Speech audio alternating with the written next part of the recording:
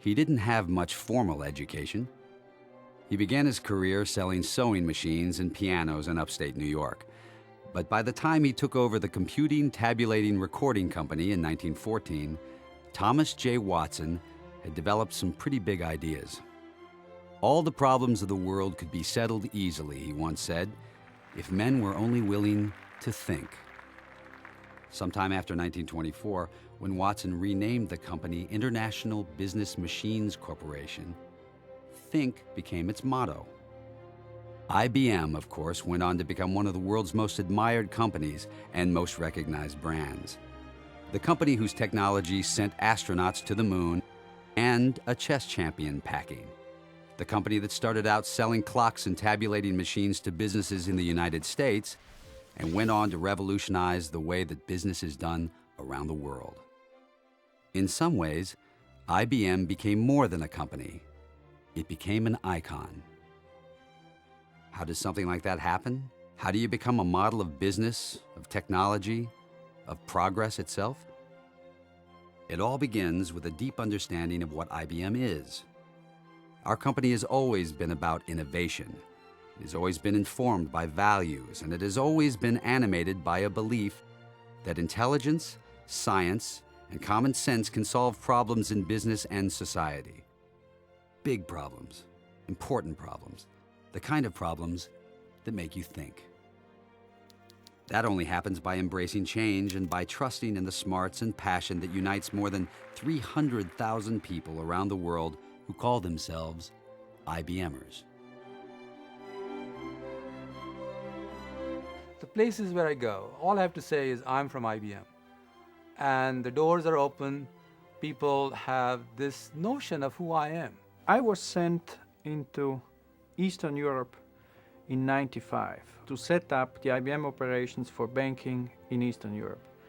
You cannot imagine what an IBM business card with 8 blue stripes would open to you. I think everyone needs to recognize that there are few brands that are truly aspirational, where people get up in the morning and they say, I can in fact make a difference. And IBM certainly makes a difference in the world. And I think one of the reasons why its brand is so strong is because its people recognize that it's more than a job. When I found out that I had become an IBMer, it was just the greatest moment. I was driving in my car and I couldn't control myself. I had to pull over for a second. And after a while, you will become an IBM, and then IBM gets a little bit in your chromosomes, and you feel an IBM. When I first came in this company, people had this phrase IBMer, and they would even say, when you are once an IBMer, you are an IBMer forever. And I thought, that sounds a little strange. Today, I would say exactly the same thing. Values were implicit in every employee I ever worked with at IBM. We knew they were committed, they were dedicated, they were trustworthy. For decades and decades, that is what IBM has stood for. It knows the importance of those values. It's what Mr. Watson created, and it's what all of the generations of leadership since then have followed through. And it's those sets of values that integrate IBM that bring us all together. It's this culture, I call it the DNA of IBM. It's what attracts people to IBM and makes people do incredible things when they work at IBM. I think the impact of the culture of IBM hit me in a very personal way. 9/11 American Express was obviously very strongly affected because our headquarters are right across the street from the World Trade Center. IBM employees demonstrated that they didn't need to get orders directly from top management. They knew that their responsibility and obligation was to take care of their customers. And to feel the commitment and the energy and the compassion of IBM employees really says a lot about the culture of IBM. At some point in history, the public imagination froze on an image of IBMers as the guys in the blue suits. That led some people to joke that the letters IBM stood for Identical Blue Men. Now that might have been funny once, but it was never true. This was a company that recruited young professional women to its ranks, mandated equal pay for equal work, cultivated a diverse global workforce, and wrote non-discrimination into its employment policies decades before any law required it. As early as 1943, IBM promoted its first female vice president, the company's first black American salesman hired on 3 years later. As IBM grew and changed, its people grew and changed as well. Smart kids from Argentina to Australia grew up aspiring to be an IBM scientist or an IBM engineer. Today's IBMer is just as likely to be a management consultant or a bioengineering expert as a computer scientist anywhere in the 170 countries where IBM does business. The reason is simple. A company built on innovation requires a constant stream of ideas and perspectives. All of the innovations that IBM has brought, every innovation that it will ever bring, comes from the diversity of thought that IBM has cultivated for decades and has always given back to the world. In 1924, Watson changed the name of the then computing, tabulating, and recording company into International Business Machines. It was a daring and presumptuous name in 1924, but it speaks to the vision and to the aspiration of being global. The way that IBM built its global enterprise stands as a model of leadership and I'd say statesmanship. IBM did it becoming part of the local culture and then helping to build national economies around the world. In Japan, IBM is recognized and respected not just as a global company but as a Japanese company. We had a time where in Brazil was impossible to sell computers unless you brought currency.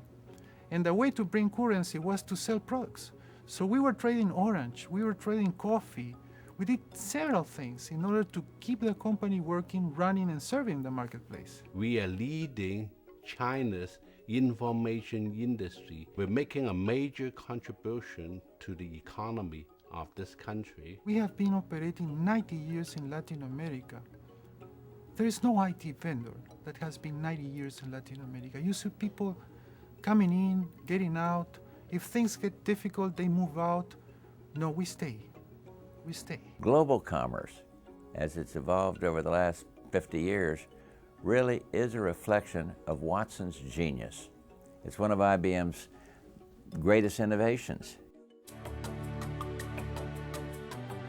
For IBM, being global was about more than cultivating a marketplace. IBM's expanding network of offices, plants, and research labs planted seeds of economic development and human potential in every part of the world. More than 3,000 scientists, mathematicians, and other research specialists work in IBM labs from India to Israel, from the United States to China, from Japan to Switzerland. Together, they comprise the largest information technology research organization in the world. And when you think about IBM's contributions to the world of science and technology, it's natural to start here with the legendary thinkers who created Fortran, memory chips, the relational database, and fractals, who helped launch human beings into the universe and bring them back safely, and allowed scientists to view the world from the perspective of a single atom. Along the way, IBM's remarkable efforts have resulted in 5 Nobel Prize winners so far. But invention is one thing, innovation is another. Innovation combines new technologies with new ways of using them. More and more, it's taking place wherever IBM's best minds come together and collaborate, with each other and with our clients, with a view towards solving the complexities of the modern world.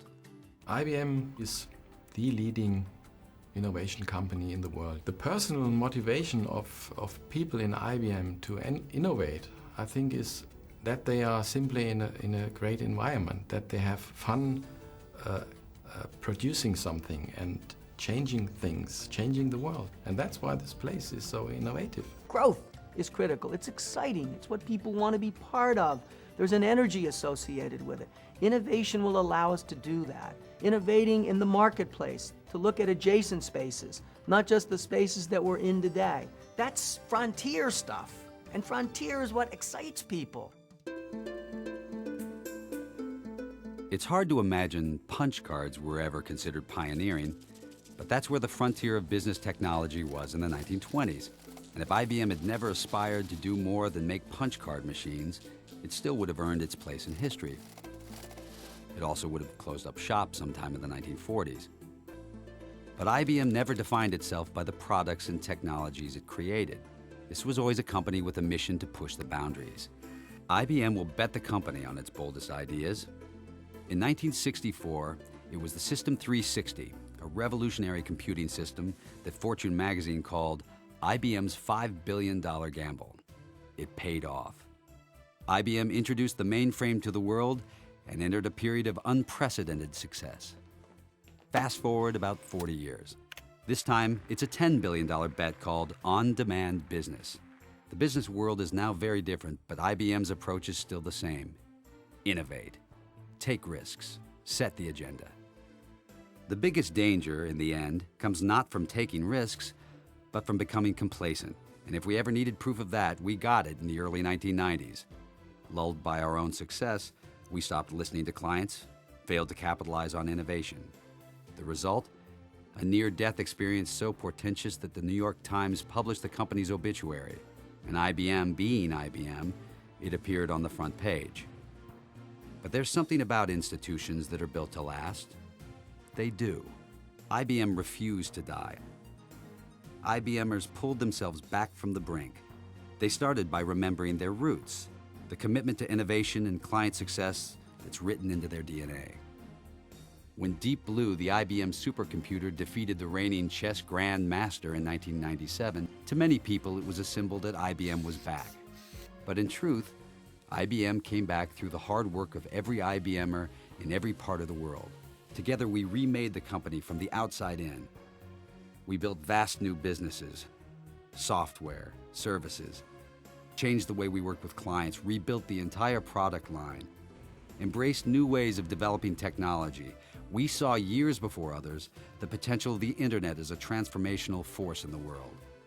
We believe that the industry more and more is going to be about the integration of insight or business process knowledge and core technologies. And we think we're the only company in this industry that has both those capabilities as well as the foresight to set and lead and drive this future agenda for the information technology industry. There's no question whatsoever that the people who are working at IBM have already had and will continue to have a big impact on institutions like Mayo Clinic and others to provide better health care for the citizens of the United States and the world. IBM, as a technology partner, has helped us craft the technology backbone of this company and has helped innovate and helped us pioneer something that never existed before. Without IBM and the systems they provided, we would not have landed on the moon. We were all working on the boundaries of knowledge, technology, and all experience. Apollo 13, we had an oxygen tank explosion 55 hours into the mission. It very quickly became a mission of survival. IBM and the computer engineers had to get into the system and update the constants, update the spacecraft. This was a period of time where the hands-on experience, the hands-on control provided by IBM was essential to the early decisions that brought this crew back safely to Earth. When we started our project, the scanning tunneling microscope, some people approached us and said, that's a little risky what you are doing, and it's also a little crazy. I think you will never succeed. It's dreaming. And then you tumble and stumble and you don't know what is happening. And then you get an image of this atomic landscape and you see atoms. It's seeing something nobody has seen before. That is something I will never forget. It's something like you don't know whether you should cry or laugh, and if you get some reward like the Nobel Prize then for it, that's even better. As we begin the 21st century, IBM is primed to contribute in more ways than ever before. Our scientists are pushing into the realm of the unimaginably small with advances in nanotechnology, harnessing atomic scale structures to create new kinds of devices and applications. We're developing chips that are simultaneously low cost and high performance that will power everything from game machines, cars and telephones to supercomputers. IBM's Blue Gene system is aimed at unraveling the mysteries of life itself, proteins and the human genome. At 360 trillion calculations a second, it's the most powerful computing device on Earth. New frontiers And that's just what's going on in our labs. Tens of thousands of the world's smartest business experts, maybe you're one of them, are working every day with governments, hospitals, universities, and companies of every size in every industry. Together in this new century, IBMers are reimagining how fundamental things happen in the world and what kinds of core values need to infuse them, and us. This, in the end, is what IBM has always done, making a difference with our clients, and in doing that, making an impact on the world. We're looking for people that are committed, that are passionate, and that when they come to work every day, they come to work with this incredible passion and enthusiasm that they want to make a difference. I mean, it's simply unbelievable. You have to think to yourself, what kind of a company do I want to associate with? And you'd say, I want to be at IBM because my future can be as big as the planet, literally, because that's the world that they live in. When I joined IBM, I had no idea I would have the experiences that I've had. I started out on the technology side of our business, but over the years, as we expanded the products and services inside of IBM, I had numerous opportunities to expand with it. Coming from PwC Consulting, you know, all I ever thought that I wanted to be was a consultant. Now being part of an IBM environment, the world's your oyster. IBM is the place to be. This is the place I want to be. I came to IBM by chance and stayed at IBM by necessity.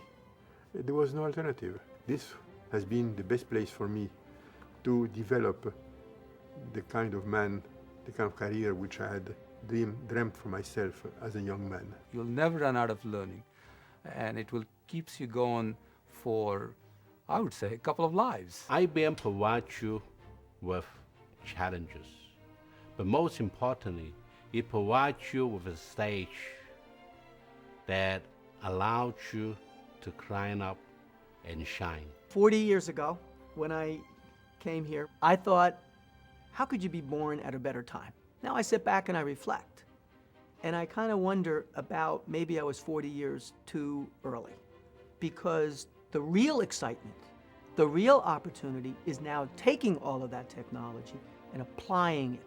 You at IBM have the opportunity to make the difference. There are worlds to be discovered, scientific breakthroughs needed for all mankind. Do you want to do great things? What could you do if you had the best set of tools and the deepest resources at your disposal? If you were in the company of hundreds of thousands of the smartest people on the planet? What if you found yourself in a place that truly believed in values and lived them, that was a force for progress, and that hired you because it believed in you, in your imagination, your ability to make a difference, to innovate? What would you do then? Think.